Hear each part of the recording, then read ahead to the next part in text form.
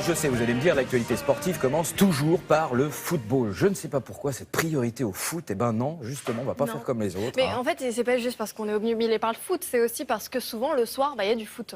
Oui. Il y a Donc, rarement du coup, il y a des résultats. du cyclisme, voilà. Mais là, on va lui parler du cyclisme en piste. Hein. Oui. Avec une très bonne nouvelle pour l'équipe de France. Alors vous le savez, ça a commencé depuis 2 jours, les championnats d'Europe de cyclisme sur piste qui sont à suivre sur le site internet de France TV Sport. Donc ça a commencé il y a 2 jours et déjà 2 médailles d'or pour l'équipe de France. La dernière est dans la catégorie poursuite par équipe. Ça se passe à Saint-Quentin-en-Yvelines, dans les Yvelines. Donc regardez, ce sont les vainqueurs. Thomas Denis, 19 ans, Corentin Hermenot, 20 ans, Florian Maître, aussi 20 ans, Benjamin Thomas, 21 ans et Sylvain Chavanel, 37 ans. L'équipe de France était opposée à l'Italie en finale. Elle s'est imposée dans le temps de 3 minutes 57 secondes, 594 centièmes sur les 4 kilomètres. L'Italie arrive deuxième, la Grande-Bretagne troisième. Et cette victoire intervient au lendemain de la médaille d'or de Quentin Lafargue sur le kilomètre. Les championnats d'Europe auront lieu jusqu'à dimanche avec d'autres chances de médailles, évidemment. Voilà, bravo à eux. On le voit porter le vélo, c'est parce que le vélo est très léger. Ah, attention, rugby. Oui, on avait également du rugby hier soir avec un match de challenge européen, la petite Coupe d'Europe et un duel 100% français entre La Rochelle-Hongrie et Bayonne. Les Rochelais ont donné une sacrée leçon de rugby aux Basques, sacrilège. 8 essais inscrits par les Rochelais, victoire 51-24. On va râler du côté du Pays Basque. Là, ils aiment pas se prendre les roustes.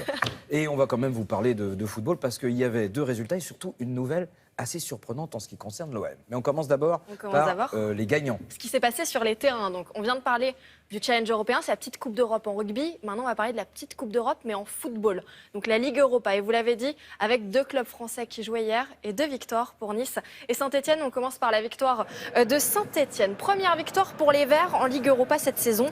1-0 face au FC Kabbalah, club d'Azerbaïdjan. Beaucoup de frustration du côté des Verts de Saint-Etienne, 25 tirs, 0 but. Ah si, à la fin. Mais Saint-Etienne peut remercier son adversaire car c'est bien un défenseur de Kabbalah qui marque contre son camp. Et oui, petite victoire, mais victoire quand même de Saint-Etienne, 1-0. Même score pour l'OGC Nice en blanc sur la pelouse de Salzbourg en Autriche. Seule différence, les Niçois se sont eux-mêmes chargés de punir les Autrichiens. Avec ce but d'Alassane Plea, le leader de Ligue 1 est rassuré. Grâce à cette victoire 1-0, il peut toujours espérer accéder au 16e de finale. 2 internationaux français ont brillé, vous les reconnaissez? C'est Pogba et puis... Et Anthony Martial. Et oui, ils ont fait sensation hier soir en Angleterre sous le maillot de Manchester United. Oui, c'était Anthony Martial avec un but sur penalty face à Fenerbahçe, club turc. Et le deuxième but est de Paul Pogba, auteur d'un doublé. Ici, on voit son deuxième but de l'intérieur du pied, s'il vous plaît. C'est magnifique. Manchester United s'impose 4 buts à 1 et ça mérite bien la petite Pogbens. Dernière info de football, voici le nouvel entraîneur de l'OM, Rudy Garcia. Et oui, qui dit nouveau propriétaire, dit nouvel entraîneur. C'est un très gros coup. Il sera présenté tout à l'heure à 13h. Franck McCourt, le nouveau propriétaire de l'OM, envoie un signal fort parce que Rudy Garcia est l'un des meilleurs techniciens français.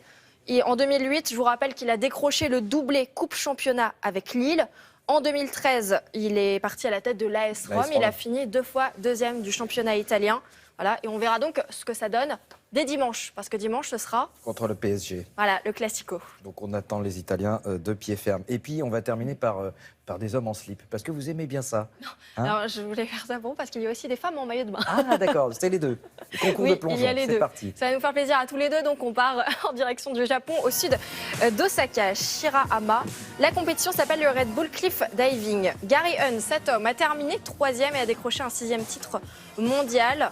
Les meilleurs plongeurs de la planète se sont affrontés, 28 mètres de hauteur. C'est l'équivalent d'un immeuble de 8 étages. L'entrée dans l'eau se fait à plus de 85 km/h. Autant dire qu'il ne faut pas se louper. Parce que là, le plat... Attention, il faut bien entrer les pieds en premier parce que sinon, on peut se faire très mal pour des questions de sécurité, mais aussi parce qu'on peut perdre son slip. Si vous rentrez la tête la première. Ouais. Vous, non seulement c'est fracture du crâne, mais en plus c'est ridicule. Donc vous avez tout gagné. Merci Émilie. On se retrouve la semaine prochaine pour d'autres actualités sportives.